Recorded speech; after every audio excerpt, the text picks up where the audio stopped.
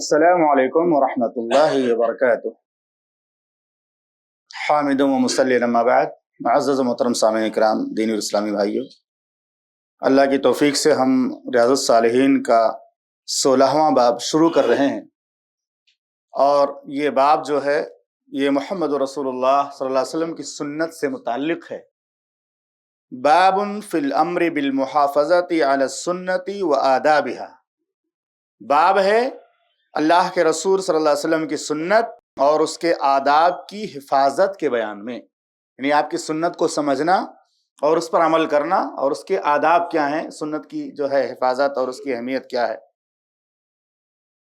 یہ باب چونکہ بہت اہم ہے اور یہ تقریباً اس میں 8 یا 10 آیتیں ہیں، تو میں نے سوچا کہ اس کو 2 پارٹ میں کر دیا جائے تاکہ کچھ آیتیں سمجھ میں آ جائیں، کچھ مفہوم آ جائے سامنے ایک ساتھ۔ بہت ساری آیتوں کو سمجھنا بہت مشکل ہوتا ہے، اور خاص طور سے ابن عثیمین رحمہ اللہ نے ان جو ہے آیتوں میں ان کی تفسیر و تشریح کے تحت بہت ساری مفید باتیں ذکر کی ہیں۔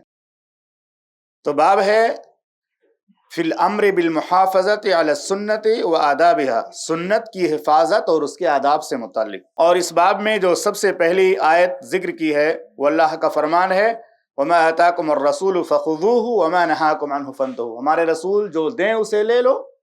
بہت آسان سا اصول ہے، جو دیں اسے لے لو، جس چیز سے منع کرے رک جاؤ۔ اللہ کی محبت اور رسول کی محبت کا تقاضا یہی ہے کہ اللہ کے رسول صلی اللہ علیہ وسلم جو دے اسے لے لو، جس چیز سے روکیں اس سے رک جاؤ۔ اور دوسری جو آیت ہے وہ سورہ نجم کی ہے، وَمَا يَنطِقُ عَنِ الْهَوَىٰ إِنْ هُوَ إِلَّا وَحْيٌ يُوحَىٰ، ہمارے رسول جو بات بیان کرتے ہیں وہ قطعی ہے، اس میں کوئی شک نہیں ہے۔ جیسے قرآن وحی ہے، ایسے محمد رسول اللہ صلی اللہ علیہ وسلم کا فرمان بھی وہی ہے۔ اور تیسری آیت ہے، قُلْ إِن كُنتُمْ تُحِبُّونَ اللَّهَ فَاتَّبِعُونِي يُحْبِبْكُمُ اللَّهُ، اگر اللہ سے محبت کا دعویٰ کرتے ہو تو محمد رسول اللہ صلی اللہ علیہ وسلم کی اتباع کرو، آپ کی اطاعت کرو۔ اور چوتھی آیت ہے، لَقَدْ كَانَ لَكُمْ فِي رَسُولِ اللَّهِ أُسْوَةٌ حَسَنَةٌ۔ ابن عثیمین رحمہ اللہ نے سب سے پہلے سنت کا معنی بیان کیا۔ سنت کس کو کہا جاتا ہے؟ ما اضیف الی النبی صلی اللہ علیہ وسلم من قول او فعل او تقریر، اللہ کے نبی صلی اللہ علیہ وسلم کی طرف جس قول، جس فعل اور تقریر کی نسبت کی جائے اسے سنت کہا جاتا ہے۔ قول کا مطلب قال رسول اللہ صلی اللہ علیہ وسلم، اور فعل کا مطلب اللہ کے نبی صلی اللہ علیہ وسلم نے کوئی عمل کیا، نماز پڑھی، آپ نے روزہ رکھا، آپ نے صدقہ کیا، آپ نے کچھ نیک عمل کیا، اس کا تذکرہ حدیثوں میں اس کو فعلی حدیث کہا جاتا ہے۔ اور تقریر کا مطلب ہوتا ہے کہ آپ نے ثابت کیا، آپ کے سامنے کوئی عمل کیا گیا اور آپ خاموش رہے، آپ نے اس کا انکار نہیں کیا۔ کوئی بھی عمل آپ کے سامنے کیا گیا، اس کے بعد آپ نے اس کو قبول کیا، یعنی اس کا انکار نہیں کیا۔ اور فقہا کی اصطلاح میں سنت یہ غیر واجب چیزوں کو کہا جاتا ہے۔ فقہا کی اصطلاح میں سنت کس کو کہا جاتا ہے؟ غیر واجب چیز، جو واجب نہ ہو۔ کہتے ہیں فقہا کی اصطلاح میں سنت ہر وہ عمل جس کے کرنے میں تو ثواب ہو اور نہ کرنے میں گناہ نہ ہو، یعنی یہ چیز فرض اور واجب نہیں ہے، ایک جو ہے مستحب چیز ہے، یعنی جس کو کریں گے تو ثواب ملے گا اور اگر نہیں کریں گے تو گناہ نہیں، یعنی وہ واجبی چیز نہیں ہے جس کو نہ کرنے سے آدمی گنہگار ہو جائے۔ اب اس کے بعد ابن عثیمین رحمہ اللہ نے اللہ رب العالمین کا ایک فرمان ذکر کیا ہے اس کی شرح میں، هو الذی ارسل رسولہ بالہدی ودین الحق، وہ اللہ جس نے اپنے رسول کو بھیجا ہدایت کے ساتھ اور دین حق کے ساتھ۔ ہدایت سے مراد علم شریعت ہے، ہدایت سے کیا مراد ہے؟ علم شریعت۔ اور دین حق سے مراد عمل صالح، دین ضابطِ حیات ہے، عمل کرنے کا ایک ضابطہ ہے، دین پوری زندگی کیسے گزاریں گے۔ تو دین الحق سے مراد جو ہے عمل صالح، تو گویا اسلام کی بنیاد 2 چیزوں پر ہے، علم شریعت اور عمل صالح۔ علم شریعت کو حاصل کرو اور عمل کرو، ان الذین آمنوا وعملوا الصالحات، بہت سارے مقامات پر اللہ نے ذکر کیا۔ پھر اس کے بعد ابن عثیمین رحمہ اللہ فرماتے ہیں کہ سنت پر عمل کرنے کے لیے ضروری ہے کہ سنت کو جاننے والا ہو۔ آج بدعتیں کیوں پھیل رہی سماج میں؟ لوگ سنت اور بدعت کو نہیں جان رہے، تو سنت کا علم بھی حاصل کرنا ضروری۔ سنت ہے کیا، صحیح چیزیں کیا ہیں سنت میں، شریعت میں صحیح چیزیں کیا ثابت ہیں، سنت کا علم حاصل کرنا ضروری ہے۔ کہتے ہیں سنت پر عمل اسی وقت ممکن ہے جب انسان اسے جانتا ہو، لہذا سنت کی حفاظت کا حکم دراصل علم حاصل کرنے کا حکم ہے۔ حفاظت کا مطلب سنت کا علم حاصل کرو اور اس کو یاد رکھو، جو سنت ہے اس کو یاد رکھو، اس کے خلاف جو بدعتیں ہیں ان کو چھوڑ دو۔ اس کے بعد 3 قسمیں بیان کی، ہم نے کئی بار سنی ہے لیکن اس کو یاد کرنے کے لیے آپ ایک مرتبہ اور سن لیں۔ علم کی 3 قسمیں ہیں، ایسا علم جس کا حاصل کرنا ہر مسلمان پر فرض ہے، اس کو کیا کہیں گے؟ فرض عین. ایسا علم جس کا حاصل کرنا ہر مسلمان پر فرض عین ہے. جیسا کہ اللہ کے نبی صلی اللہ علیہ وسلم نے فرمایا ابن ماجہ کی روایت میں، طلب العلم فریضۃ علی کل مسلم. اور بھی روایتوں میں ہے، حدیث کی کتابوں میں، علم دین کا حاصل کرنا یعنی بنیادی چیزوں کا فرض عین ہے. فرض عین کی مثال کیا ہے؟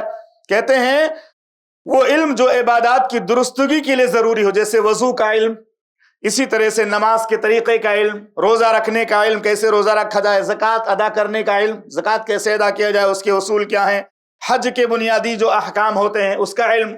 اسی طرح سے مالدار کو زکوٰۃ کے احکام سیکھنا واجب ہے، حاجی کو حج کرنے سے پہلے حج کے احکام سیکھنا واجب ہے. اسی طرح جو جوان ہو گیا اور جو عبادتیں اس پر مکلف ہوئی بالغ ہونے کے بعد، ان عبادتوں کا علم حاصل کرنا اس پر واجب ہے. اور جو ان عبادات کا مکلف نہ ہو اس پر واجب نہیں، لیکن جو مکلف ہو گیا اس پر جو عبادتیں واجب ہیں ان کو حاصل کرنا اس کا علم واجب ہے. فرض کفایہ دوسرا علم ہے. ایک علم فرض عین ہے جو ہم سمجھ چکے کہ قرآن حدیث میں جو بھی نماز سے متعلق، روزے سے متعلق، وضو سے متعلق جو ہماری روزمرہ زندگی میں جو روزانہ واجبات اور فرائض آتے ہیں ان کا علم حاصل کرنا فرض عین ہے. دوسرا ہے فرض کفایہ. فرض کفایہ کہ اگر کچھ لوگ ادا کر لیں تو سب کی طرف سے ہو جائے، اور اگر کوئی نہ اس کو حاصل کرے تو سارے مجرم ہو جائیں گے. فرض کفایہ کا مطلب ایسا علم جو کچھ لوگوں کے حاصل کرنے سے دوسروں کے لیے کافی ہو جائے. کہتے ہیں کہ یہ فرض کفایہ ادا ہو جائے تو باقی لوگوں کے لیے جو ہے اس پر عمل کرنا ضروری نہیں رہ جاتا. اس کی مثال دی ہے، کہتے ہیں جیسے فقہ کی جو ہے باریکیوں کا حاصل کرنا، فقہ کے اندر بہت زیادہ یعنی مہارت حاصل کرنا کہ اگر کوئی مسئلہ درپیش ہو جائے فقہ میں، شریعت میں اس کا حکم کیا ہے، یہ چیز حلال ہے کہ حرام ہے، جائز ہے ناجائز ہے، جیسے کہ فتویٰ وغیرہ، فقہ وغیرہ کا جو علم ہے یہ کچھ لوگ حاصل کرنے تو جو ہے دوسروں کی طرف سے کفایت کر جاتا ہے. تفسیر کا علم، قرآن کی تفسیر، ہر کوئی ماہر نہیں ہوتا، ہر کوئی نہ فقہ میں ماہر ہوتا ہے نہ ہر کوئی تفسیر میں ماہر ہوتا ہے. تفسیر کا علم مکمل حاصل کرنا، اس کے اندر مہارت حاصل کرنا، کون سی تفسیر کیا ہے، کس تفسیر میں کون سی بات بیان کی گئی ہے، اور تفسیر میں غلط چیزیں کیا کیا ہیں اس کی نشاندہی کرنا، تفسیر میں جو ہے مہارت حاصل کرنا. حدیث میں مہارت حاصل کرنا بھی فرض کفایہ ہے. حدیث کون صحیح ہے، کون ضعیف ہے، کتنی قسمیں ہوتی ہیں، اس کے علوم کتنے ہیں. اسی طرح سے تدریس وغیرہ کا جو فن ہے، پڑھانا لکھانا، یہ بھی ہر آدمی کے بس کی بات نہیں ہے. فن تدریس کو سیکھنا اور لوگوں کو سکھانا یہ بھی بہت اہم علم ہے. تو پڑھنا پڑھانا بھی ہر آدمی کے بس کی بات نہیں، تو یہ فرض عین ہے. اسی طرح تیسری قسم ہے سنت. ایسا علم جس کا حاصل کرنا جو ہے سنت ہے، یعنی اس کو حاصل کریں گے تو ثواب ملے گا اور افضل عمل ہے.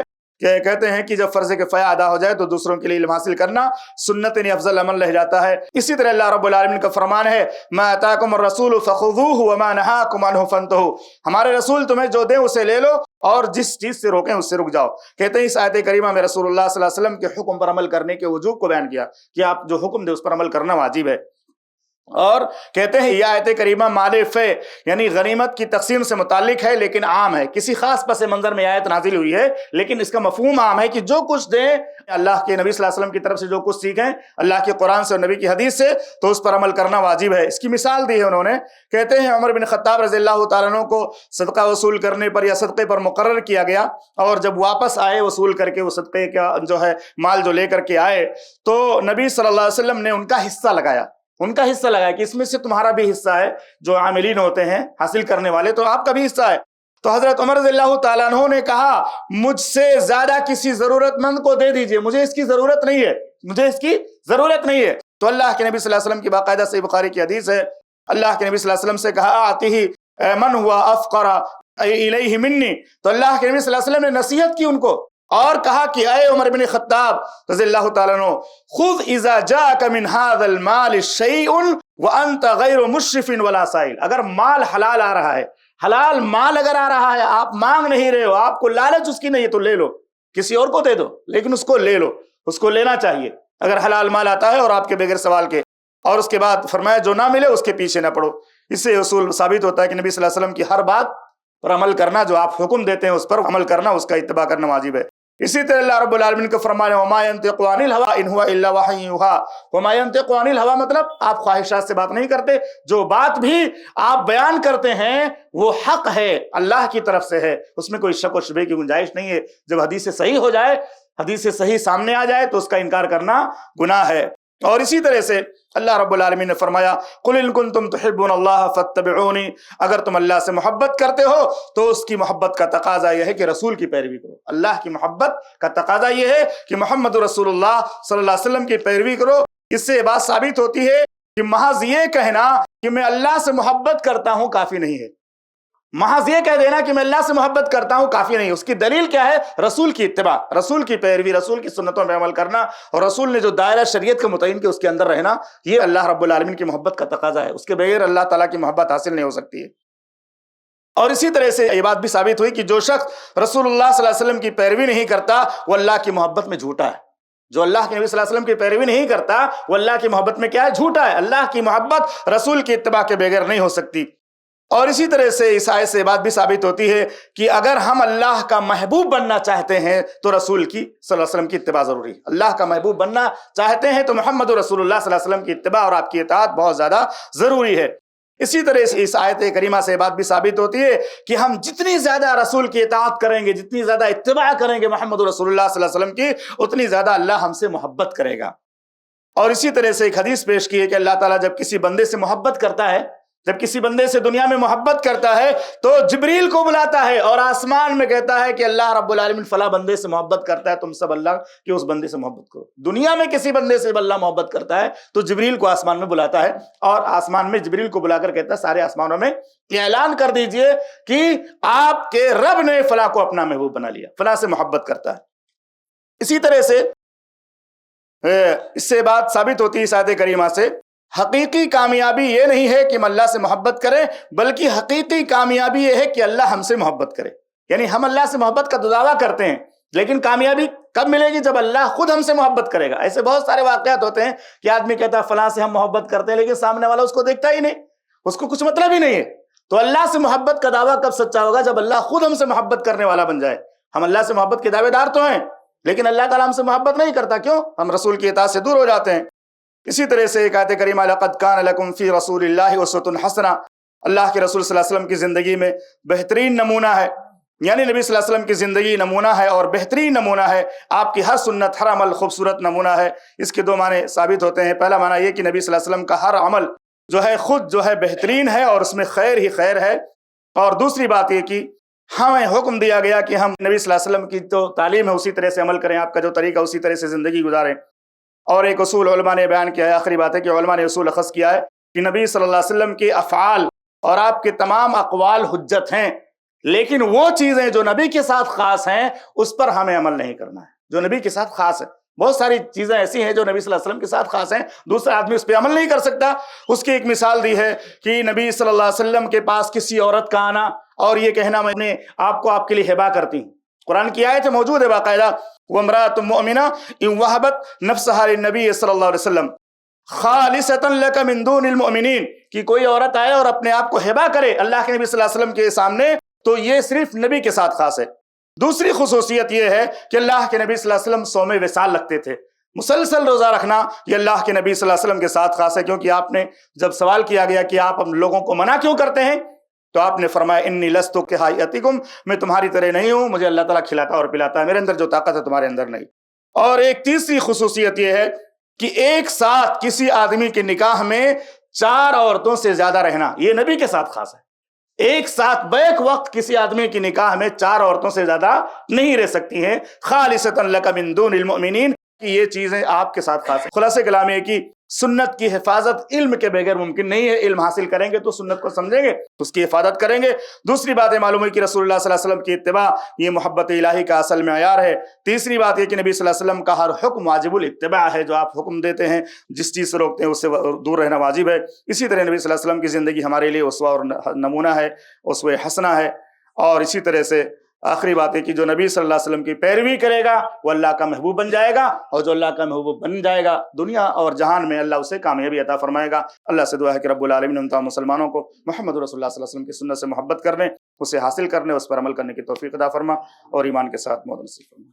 ایسے ہی فائدہ مند اسلامک ویڈیوز دیکھنے اور منہج سلف پر کتاب و سنت کی تعلیمات کو عام کرنے میں ہمارا تعاون کریں، تاکہ آپ کے لیے ذریعہ نجات، جنت کے حصول کا سبب، ساتھ ہی مال میں برکت و اضافے کا ذریعہ بھی بنے۔